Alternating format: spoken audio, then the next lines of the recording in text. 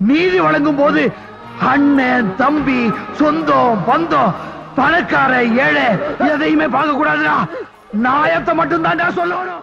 அன்னை பர்னிச்சர்ஸ், அன்னை திருமண சீர்வரிசை பொருட்கள், டிவி, ஃபிரிட்ஜ், வாஷிங் மெஷின் உள்ளிட்ட 200க்கும் மேற்பட்ட பொருட்கள் அடங்கிய திருமண சீர்வரிசை ரூபாய் 99,000 மட்டுமே. தமிழகம் முழுவதும் இலவச டோர் டெலிவரி. தொடர்புக்கு 7550144440 9345044044. அனைவருக்கும் வணக்கம். கடந்த 2 நாளைக்கு முன்னாடி மார்ச் 8ஆம் தேதி உலக மகளிர் தினத்தை முன்னிட்டு தமிழ்நாடு முழுக்க தாவேகா மகளிரணி சார்பில் அங்கங்கே போராட்டங்கள் நடத்தினாங்க. இந்த போராட்டங்களில் மகளிரணியோட தலைவிகள் அங்கங்கே பத்திரிகையாளரையும் சந்திச்சிருக்காங்க. அந்த பத்திரிகையாளர் சந்திப்பில் அவங்க விதைத்த அந்த முத்துக்களை, உதிர்த்த வைரங்களை இப்போது சமூக வலைதளங்களை பார்க்க முடிஞ்சுது. அந்த கட்சியினுடைய தாவேகா தலைவர் விஜய் தான் பூமர்னு பார்த்தா மொத்த கட்சியும் பூமராக இருக்குது. அந்த கட்சியினுடைய பொதுச் செயலாளர் ஒருத்தர் இருக்காப்புல, புஷி ஆனந்த் அப்படின்னு. அதாவது அவர் வரும்போது என்ன சொன்னாங்க அப்படின்னா, 10 வைகோவுக்கு சமம், 15 அன்பில் மகேஷுக்கு சமம், அவர் 26 KNருக்கு சமம். அவர் பெரிய விஜயோடைய போர்ப்படை தளபதி, யூகங்களை வகுப்பார், கட்சியை அப்படி கன்ஸ்ட்ரக்ட் பண்ணுவாப்புல, அவர் அப்படிப்பட்டவருங்க அப்படின்னாங்க. வாயை திறந்து பேச ஆரம்பித்தா 26 செல்லூர்ராஜா இருப்பார் போல இருக்குன்னு தெரியுது.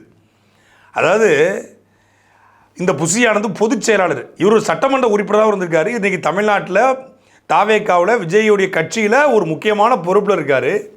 அவர் பேசுகிறாரு, தளபதி விஜய் மோர் குடித்தார் ஒரு இடத்துல போய், அந்த மோர் குடித்த டம்ளரை நான் எடுத்து அதை காணும், எங்கன்னு பார்த்தா பசங்க தூக்கிட்டு போயிட்டாங்க. தளபதி கையால் பிடிச்சி மோரை குடித்த அந்த டம்ளரை பத்திரப்படுத்தக்கூடியவர்கள் தான் நம்முடைய நிர்வாகிகள். ஏண்டா இதை மாதிரியான ஒரு கேவலம் ஏதாவது உண்டா? விஜய் கையால் பிடிச்ச டம்ளர் எடுத்து போனீங்களே, நான் ஏதாவது கேட்ட போகிறேன். அப்புறம் நிறைய பேர் தளபதியை சந்திச்சுட்டு இருக்கிறாங்க. அவர் கையாலேயே மோரெல்லாம் ஊற்றி டம்ளர் எடுத்து கையில கொடுப்பாங்க. நான் ஒரு தடவை அந்த மீட்டிங்ல டம்ளர் வாங்கி வைப்பேன். அந்த டம்ளர் பார்த்தா கிடைக்காது, காணா போயிருக்கும். என்னன்னு பார்த்தா, தலைவா கோச்சிக்காரு, என் தலைவன் கையில பிடிச்சி அந்த டம்ளரை கொடுத்தாரு, அதனால அந்த டம்ளரை நான் எடுத்துக்கினேன் அப்படின்னு. தலைவன் கையில பிடிச்சி அந்த டம்ளரை கொடுத்தாரு, அதனால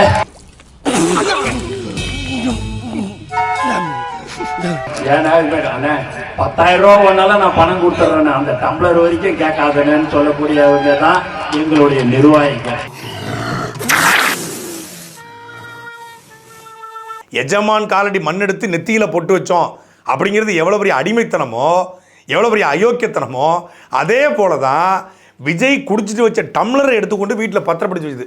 தளபதி குடித்த டம்ளரு, தளபதி உட்கார்ந்த சீட்டு, தளபதி கசக்கி போட்ட டிஷ்யூ பேப்பரு, தளபதி பயன்படுத்தின பேனா, தளபதி கைப்பட்ட இடத்தெல்லாம் நீங்கள் பத்திரப்படுத்தணும்னா நீங்கள் நிறைய விஷயங்களை பத்திரப்படுத்துகிற மாதிரி இருக்கும். அப்புறம் பயன்படுத்தவே முடியாது. தளபதி கைப்பட்ட இடத்தெல்லாம் அவர் பத்திரப்படுத்துகிறாங்களாம். இது ஒரு கட்சி. இந்த கட்சி 2026 ஆட்சி அமைச்சு தமிழ்நாட்டில் முதலமைச்சராகி இந்த கட்சி ஆளப்போகுது. இந்த கட்சி ஆளணும்னு நினைக்குது. ஏன்னா டம்ளரை பத்திரப்படுத்துகிறவன், சேரை உட்காரவன், டிஷ்யூவை வச்சுட்டு போகிறவன், அவன் போஸ்டரை கிழிச்சு கொண்டு அதில் படுத்து கிடக்கிறவன்லாம் நாட்டில் அமைச்சரானா, சட்டமன்ற உறுப்பினரா, நாடு விளங்குமா? இதை வெக்கமே இல்லாமல் ஒரு பொதுச் செயலாளர் பொது மேடையில் தளபதி பயன்படுத்தின டம்ளரை தப்பிகள் எடுத்துகிட்டு போயிடுவாங்க. அவங்க தான் நம்ம கட்சியோட நிர்வாகிகள், நம்முடைய உயிர் தளபதி, நம்முடைய மூச்சு தளபதி, நம்முடைய பேச்சு தளபதி, நம் எண்ணம் தளபதி, நம்ம எல்லாமே தளபதி. யார் வரும் முதல்ல? யார்? அவரே பெரிய பூமரங்கள். அந்த பூமரங்களுக்கு இந்த பூமரங்கள் சப்போர்ட் பண்ணி இது பூமரத்தனம் பண்ணிக்கிட்டு இருக்கு. ஒரு உதவாக இந்த உதவாக நம்பி வந்த அவன் ஒரு உதவாக, இந்த 2 உதவாக ஒன்னா சேர்ந்து ஒரு இதுக்கு தான் இந்த மாதிரி பொதுச் செயலாளரும் இந்த தாவேகா தலைவர்களும் தான் அப்படி பண்ணுறாங்கன்னா, அந்த கட்சியினுடைய பேச்சாளர்கள், அந்த கட்சியில் இருக்கக்கூடிய மகளிரணி பொறுப்பாளர்களுடைய சின்ன பிள்ளைங்க, அவங்கள நம்ம கிண்டல் பண்ணக்கூடாதுன்னு பார்த்தா ஒரு பொண்ணு பேசியிருக்கு, திருச்சின்னு நினைக்கிறேன். அந்த பொண்ணு பேசியிருக்கு, இந்த மாதிரி நாட்டில் எல்லா கட்டிடங்களுக்கும் கலைஞர் கருணாநிதியின் பெயரை வைக்கிறார்கள். இப்படித்தான் சென்னை பக்கத்தில் செஞ்சி கிடையாது, செஞ்சி அப்படிங்கிற ஒரு ஊர் இருக்கிறது. அது சென்னை பக்கத்தில் இருக்கான், அது திருவண்ணாமலை பக்கத்தில் செஞ்சி என்ற ஊர் இருக்கிறது. அந்த ஊரில் பஸ் ஸ்டாண்டுக்கு கலைஞர் கருணாநிதியுடைய தாயாருடைய பெயரை வைத்திருக்கிறார்கள். நான் தெரியாமல் கேட்குறேன், கலைஞருடைய தாயார் கலைஞரை பெற்றெடுத்த சோதனையை தவிர அவர் செஞ்ச சாதனை என்ன? சாவும் வரல, சோவும் வரல, காவும் வரல, பெயர் மட்டும் தமிழரசின்னு வச்சுக்கிறீங்கிற மாதிரி சோதனையை தவிர அவர் செஞ்ச சாதனை என்ன? சரி, ஸ்டாலின் தன்னுடைய பாட்டியாக இருக்கக்கூடிய கலைஞருடைய அம்மாவின் பெயரை வைத்தார். அப்படி உதயநிதி வைக்க விரும்பினால் எத்தனை பாட்டியின் பெயரை வைப்பார், எந்த பாட்டியின் பெயரை வைப்பார்? ஆஹா அப்படின்னு இதை நான் கேட்கிறேன், இதை நான் உங்களிடத்தில் கேட்கிறேன் அப்படின்னு அந்த பொண்ணு பேசுறது. பின்னாடி எல்லாரும் ஓஹோ சூப்பர், வாசம் வாசம் அப்படின்னு கை தட்டுறாங்க. நான் கூட பரவாயில்லையப்பா, பயங்கரமான லாஜிக்கான பாயிண்டை கேட்டிருக்கேன். ஸ்டாலினுடைய பாட்டியின் பெயரை ஸ்டாலின் வைக்க விரும்பினார். சரி, உதயநிதி ஸ்டாலின் பாட்டியை வைக்க விரும்பினா எந்த பாட்டியை வைப்பார், எத்தனை பாட்டியை பேர் வைப்பார் அப்படின்னு ஒரு பொண்ணு கேட்குத தாவை கலந்துக்கிட்டு அப்படின்னு சமூக வலைதளங்களில் இந்த காணொலியில் வைரலாக பரவுச்சு. அப்புறம் தான் நம்ம தம்பிகள் எடுத்து போடுறாங்க, அண்ணா இது இந்த பொண்ணு பேசுனது இல்லை, இது ஏற்கனவே ஒரு வருஷத்துக்கு முன்னாடி நாம் தமிழர் கட்சியினுடைய மாநில இளைஞர் பாசறை பொறுப்பாளர் திருப்பூர் சுடலை பேசியது. திருப்பூர் சுடலை பேசினது தான் இந்த பொண்ணு அப்படியே பேசியிருக்குன்னு. செஞ்சின்னு ஒரு இடம், அந்த செஞ்சியில ஒரு பஸ் ஸ்டாண்டு, அதுக்கு யார் பேர்னு பார்த்தா முதலமைச்சர் கூடிய ஸ்டாலின், ஸ்டாலினுடைய பாட்டி கலைஞர் கருணாநிதியை பெற்றெடுத்த அஞ்சுகம் அம்மாளுடைய பேர். செஞ்சின்ற ஒரு கிராமத்திலையும் அங்க இருக்கிற பேருந்து நிலையத்திலையும் கலைஞர் கருணாநிதியினுடைய தாயார் அஞ்சுகம் அம்மாளுடைய பெயர். நம்முடைய முதலமைச்சர் ஸ்டாலின் அவர்களுடைய பாட்டி அஞ்சுகம் அம்மாளுடைய பெயரை பேருந்து நிலையத்திற்கு வைத்துள்ளனர். நாங்க என்ன கேட்கிறோம், அஞ்சுகம் அம்மாள் கலைஞர் கருணாநிதியை பெற்றெடுத்த சோதனையை தவிர செய்த சாதனை என்ன? இப்ப நான் என்ன கேக்குறேன்னா, அஞ்சுகம் அம்மாள் கலைஞர் கருணாநிதியை பெற்றெடுத்த சோதனையை தவிர செய்த சாதனை என்ன என்பதுதான் என்னுடைய கேள்வியாக உள்ளது. ஸ்டாலின் அவர்கள் செஞ்சி பஸ் ஸ்டாண்டுக்கு உங்க பாட்டி பேரை வைக்கணும்னு அஞ்சுகம் அம்மாள் பேரை வச்சிட்டீங்க. சரி, உங்களைப் போலவே உதயநிதி ஸ்டாலினும் தன்னுடைய பாட்டி பெயரை பஸ் ஸ்டாண்டுக்கு வைப்பதாக முடிவெடுத்தால் எந்த பாட்டியினுடைய பெயரை பஸ் ஸ்டாண்டுக்கு வைப்பது, எந்த பாட்டி பேரை வைக்கிறது, எத்தனை பாட்டி பேரை வைக்கிறது? இப்போ இதே மாதிரியே உதயநிதி ஸ்டாலின் அவர்களும் என் தந்தை போலயே நானும் பாட்டிக்கு பேர் வைக்கிறேன்னு சொன்னா எந்த பாட்டி பேரை வைக்கிறது, எத்தனை பாட்டி பேரை வைக்கிறது? அதாவது ஒரு கட்சி தலைவர் வேறொரு கட்சி தலைவரோ வேறொரு கட்சியின் பேச்சாளரோ இல்லை வேறு கட்சியை சார்ந்த நபர்கள் பேசுவதை எடுத்து பேசுவதில் தப்பே கிடையாது. சுட்டி காட்டி பேசுவது, மேற்கோள் காட்டி பேசுவது தப்பு கிடையாது. வார்த்தை பிசகாமலா பேசுவது, இதுக்கு பேர் தான் ஏன் அறிவு திருட்டு. அதாவது அந்த தாவேக்காங்கிற கட்சியில் பேசுறதுக்கு எதுவுமே இல்லை, பேசுறதுக்கு செய்தி இல்லை, பேச தெரியல, வார்த்தை பேசாமல் ஒரு வார்த்தை. அதாவது நம்ம ஒரு நீங்கள் வந்து அண்ணா பேசுனது, கலைஞர் பேசுனது, ஸ்டாலின் தான் சொல்ல அங்கே ரஷ்ய ஸ்டாலின் பேசுனது, அப்படி இப்போ வந்து லெனின் பேசுனது, மாவோ பேசுனது, பிடல் காஸ்ட்ரோ பேசுனது, அப்புறம் அதே போல் வந்து நெல்சன் மண்டேலா பேசுனது, அவங்க புத்தகங்களில் படித்தது, இதெல்லாம் மேற்கோள் காட்டி சில ஸ்டைல் நம்ம ஸ்டைலில் பேசலாம், தப்பு கிடையாது. இதில் வந்து மாதிரி பேச்சாளர் முத்துராமலிங்க தேவர் பேசியிருப்பாங்க, அதை நம்ம மேற்கோள் காட்டி பேசுவோம், இல்லை அதில் கொஞ்சம் கொஞ்சம் முன்னப்பட்ட கருத்துக்களை இணைச்சி பேசுவோம், தப்பு கிடையாது. இன்றைக்கி சமகால பேச்சாளர்கள் திமுக விமர்சிப்பதை எடுத்துக்கிட்டு பேசுகிறது தப்பு கிடையாது. இப்போ நான் சீமான் பேசுகிறது போலவே கட்சிகள் எல்லாரும் பேசுவாங்க, ஆனால் முன்ன பின்ன வார்த்தைகளை போட்டு பேசுவாங்க. ஆனால் அப்படியே அச்சு பேசாமல் ஒரு வார்த்தை பேசாமல் அந்த தங்கச்சி பேச்சிருக்கு. உண்மையிலே அதை நான் பாராட்டுறேன், அந்த மனப்பாட சக்தியை நான் பாராட்டுறேன். என்னம்மா நீங்க இப்படி பண்றீங்களேம்மா? பேசுறதுக்கு ஆள் கிடைக்காம பள்ளிக்கூடத்தில் வந்து பட்டிமன்றத்தில் கலந்து கொள்றவங்க, பேச்சு போட்டில் கலந்து கொள்றவன், வார்த்தை பேசாமல் மனப்பாடம் பண்ணி செய்யுளில் வந்து இந்த கப்பு பரிசு வாங்குறவன், இவனெல்லாம் கூப்பிட்டு வந்து கட்சியில் சேர்த்து வச்சு பேசுங்க. என்னத்தங்க பேசுறது, எதையாவது பேசுமா? அது நான் சொல்லிக்கொள்ளவா அது நான் ஆசைப்படுகிறேன், ஆசைப்படலை, ஆசை துஷாய் ஒரு வார்த்தை வாயில் வரல, அது உட்காந்து பேசியிருக்கு. இந்த பொண்ணாவது பரவாயில்ல, இது சின்ன பொண்ணு இப்போ தான் கட்சிக்கு வந்துருக்குது, அது சரி தம்பி திருப்பூர் சுடலை பேச்சை கேட்டிருக்கலாம், இல்லை வந்து அண்ணன் சீமான் பேச்சை வந்து அரசியல் ஆர்வத்தோடு கேட்டிருக்கலாம். சரி, திமுக விமர்சனம் பண்ணுறதுக்கு இந்த சரியான கவுண்டர் இது தான் அப்படின்னு இது எடுத்து போட்டிருக்கு. அந்த கட்சியில் கொள்கையேற்பு துணை செயலாளர் இணைச் செயலாளர் ஒரு பையன் இருக்காப்புல, அவர் வந்து அவர் தான் லைலா காலேஜ் ஓனர்னு சொல்லி அவர் பேரை போட்டுக்காப்புல. லைலா காலேஜோடைய ஓனர் கூட லைலா போட்டு அந்த பேரை போட மாட்டான், அது சாதாரணமாக இருப்பாங்க. லைலா காலேஜோடைய பிரின்சிபலோ லைலா காலேஜோடைய ஃபாதர்மார் கூட லைலா சேவியர், லைலா பிரிட்டோ, லைலா ஆண்டனி, லைலா ஜேம்ஸ்னு போகிறதில்ல. இவன் படித்தது 3 வருஷம், அதில் பாதி நாள் காலேஜ் போகலை. இவர் லைலா படித்தது 2013 காலேஜில் இருந்துச்சு, கிட்டத்தட்ட 11 வருஷம் ஆகுது. இப்போ நான் தான் சேவியர்ஸில் படித்தேன், சேவியர் சாட்டை அப்படின்னு போட்டுக்கிறதா, இல்லை வந்து எப்படி போட்டுக்கிறேன் புரியலையே. கவர்மெண்ட் ஸ்கூலில் படித்தோம்னா அரசு பள்ளிக்கூடத்தை படித்தோம், அரசு குமார், ஏன்னா அரசு குமார்னா அரசராக நீங்கள் அரசு கல்லூரியில் படித்தோம், அல்ல அரச குமார் என் பேர். கவர்மெண்ட் ராஜி. எனக்கு கவர்மெண்ட் ராஜி, கவர்மெண்ட்டே நீங்கள் தானா? இல்லை கவர்மெண்ட் ஹைஸ்கூலில் படித்தேன், அதனால் கவர்மெண்ட் ராஜி. ஏன் லயலா மணின்னு போடும்போது நான் கவர்மெண்ட் ராஜி அரச குமார்னு போடக்கூடாதா அப்படின்னு 4 பேர் கேட்க தானே செய்வான். இப்போ ஒவ்வொருத்தரும் போட வச்சு என்ன வருது? SRM குமார், SRM ஓனர் நீங்கள் தானா? SRM காலேஜ் வாசலில் டீ கடை போட்டிருக்கோம்யா, SRM குமார் நாங்கள் போடுவோம்.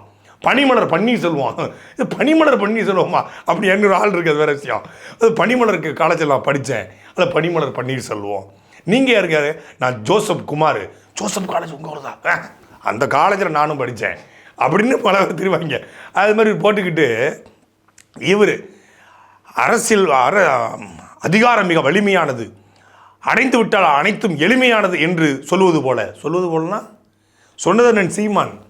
அதிகாரம் மிக வலிமையானதுக்கு மட்டும் தான் அம்பேத்கர் சொன்னார். அடைந்து விட்டால் அனைத்தும் எளிமையானது சொன்னது அண்ணன் சீமானவர்கள். சீமான பேரை கூட அங்கே உச்சரிக்க முடியாது, அது ஒரு விஷயம். அதை அப்படியே களவாண்டு பேசுறது. சரி, இவர் தான் களவாண்டு பேசுறாருன்னு பார்த்தா அந்த பக்கம் அவருடைய தாவேகா தலைவர் விஜய் இஸ்லாமிய பெருமக்கள் வார்த்தையை தமிழ்நாட்டு அரசியலில் பயன்படுத்துகிற ஒரே தலைவர் அண்ணன் சீமான் தான். இஸ்லாமிய சொந்தங்கள்மாங்க, இஸ்லாமியர்கள்மாங்க, இஸ்லாமிய பெருமக்கள். 1 நிமிடம் தான் பேசுகிறாரு, அந்த 1 நிமிடத்தில் 4 தடவை கட் பண்ணுறாங்க, 4 தடவை திணறாப்புல. அப்போ என்னன்னா பேசுறதுக்கான நோக்கம் இல்லை. அரசியல் என்பது என்ன?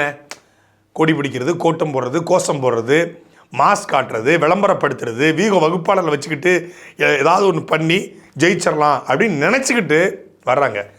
நாம் தமிழர் கட்சியுடைய ஒவ்வொரு பேச்சாளர்களும் இந்த மண்ணினுடைய பிரச்சனை, அந்த பிரச்சனைக்கான தீர்வு, அதை எப்படி மக்கள்கிட்ட கொண்டு போய் சேர்க்கறதுன்னு சொல்லி ஒவ்வொருத்தரும் கிரியேட் பண்ணுவான், ஒவ்வொருத்தரும் யோசிப்பான், ஒவ்வொருத்தரும் சிந்திப்பாங்க. அப்படி சிந்தித்து பல புத்தகங்களை படித்து இரவு பகலாக பல தலைவருடைய வரலாறை கேட்டு பல மணி நேரங்கள் மக்களாக நின்று அந்த வழியில் திருப்பூர் சூழலில் பேசுகிறான்னா திருப்பூர் சூழலில் உள்ளார்ந்து பேசுவான். ஏயா கலைஞர் கருணாநிதியுடைய பெயரை நீ எல்லா இடத்துக்கும் வைக்கிறீங்க? கலைஞர் கருணாநிதியுடைய தாயார் பெயரை எதுக்கு பேருந்தத்துக்கு வைக்கணும் அப்படிங்கிற கேள்வியை மனசுலேருந்து கேட்பான். இப்போ அந்த பொண்ணு மனசுலேருந்து கேட்டிருக்குமா? இல்லை, அது திருப்பூர் சூழலில் கேட்டிருக்கான், நம்மளும் கேட்டு வைப்போம். அது 1,00,000 பேர் பார்த்துருக்கான், நம்மளும் பார்க்கட்டும். இப்போ திருப்பூர் சூழலில் பேசுனதை விட இந்த பொண்ணு பேசுனது அதிகமாக போய் சேர்ந்துருக்கு. ஏன்னா உண்மையை விட போய் வேகமாக ஓடும். இது என்ன, இதை விட ஸ்பெஷல் ஐட்டம் ஒன்று இருக்குங்கிற மாதிரி இதே தாவைக்காவை சேர்ந்த ஒரு மகளிர் அணி பொறுப்பாளர் பேசுகிறாங்க. இன்றைக்கி பெண்களுக்கு பாதுகாப்பு இல்லை, பெண்களை முன்னேற விடலை, பெண்களுக்குன்னு சட்டமே ஏற்றப்படலை.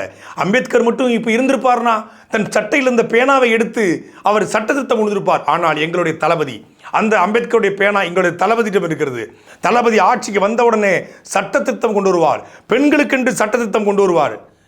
விஜய் முதலமைச்சராகி சட்ட திருத்தம் கொண்டு வருவார்னு அந்த பொண்ணு நம்பிக்கிட்டு இருக்குங்க. ஒரு பக்கம் விஜய் முதலமைச்சராகனு ஒருத்தன் நம்புகிறான், இன்னொரு விஜய் 2029 பிரதமராக போகிற நம்புகிறான். இப்போ விஜய் ஜனாதிபதி ஆகி இந்தியாவுடைய அரசியலமைப்பு சட்டத்தினுடைய நடைமுறை தெரியாமல், குற்றவியல் சட்டம்னா என்னென்னு தெரியாமல், நீதிமன்ற நடைமுறை என்னென்ன தெரியாமல், ஒரு சட்டம் எப்படி ஏற்றப்படும், பாராளுமன்றம்னா என்ன, சட்டமன்றம்னா என்ன, எதுவுமே தெரியாமல் சட்டமன்றம்ங்கிறது சட்டங்களை ஏற்ற மன்றம் அப்படின்னு அது நினச்சிக்கிட்டு இருக்கு. அதனால் அம்பேத்கருடைய கொள்கை நம்மகிட்ட தான் இருக்குது, அம்பேத்கர் பேனா நம்மகிட்ட தான் இருக்குது. அந்த பேனா வச்சு விஜய் சட்டமன்றத்துக்கு போய் சட்டமன்ற உறுப்பினராகி சட்டத்தை கொண்டு வந்து பெண்களை முன்னேற்ற போகிறாரு. ஏற்கனவே விமன் ஹராஸ்மெண்ட் ஆக்டு, பெண்களுக்கான முன்னுரிமை, பெண்களுக்கான இடஒதுக்கீடு எல்லாமே இந்தியாவில் நடைமுறையில் தான் இருக்குது. அது நடைமுறையில் சரியாக இல்லைம்மா. பெண்களுக்கான பாதுகாப்பை இங்கே உறுதி செய்யணும், பெண்களை சட்டசபையில் அதிகப்படுத்தணும், பாராளுமன்றங்கள் அதிகப்படுத்தணும், அமைச்சரவையில் அதிகப்படுத்தணும், பெண்களை தொட்டால் கடுமையான சட்டங்களை கொண்டு அடக்கணும், சட்டங்கள் இருக்கிற சட்டங்கள் நடைமுறைப்படுத்தப்படணும் அப்படிங்கிறத நம்ம பேசணுமே ஒழிய பெண்களுக்கான அதாவது சம பங்கு சரி பங்கு, ஆணுக்கு நிகரான அந்த பெண்களுக்கான பங்களிப்பை இதை உறுதிப்படுத்தணும் அப்படிங்கிறத பேசணுமே தவிர ஏற்கனவே நடந்த பாலியல் வன்கொடுமைகளுக்கும் பெண்கள் மீதான அத்துமீறலுக்கும் கடுமையான தண்டனைகளுக்கு கொடுக்கப்படணும் அப்படிங்கிறதா பேசணுமே ஒழிய விஜய் முதலமைச்சராகி சட்டத்திருத்தம் கொண்டு பெண்களை பாதுகாக்க போறேன்னு சொல்றது பெரிய பூமிர்த்தனங்க. இப்போ புதியதாக வந்திருக்கிற எங்க தளபதி, அந்த தாவேகா கொள்கையோட தலைவர் தளபதி அவர்கள் முழு மூச்சோட பெண்களுக்கு தான் முதல் உரிமை கொடுக்கணும், பெண்களுக்கு பாதுகாப்பு வேணும் அப்படின்னு சொல்லிட்டு நடந்த அந்த அண்ணாமலை யூனிவர்சிட்டியில் நடந்த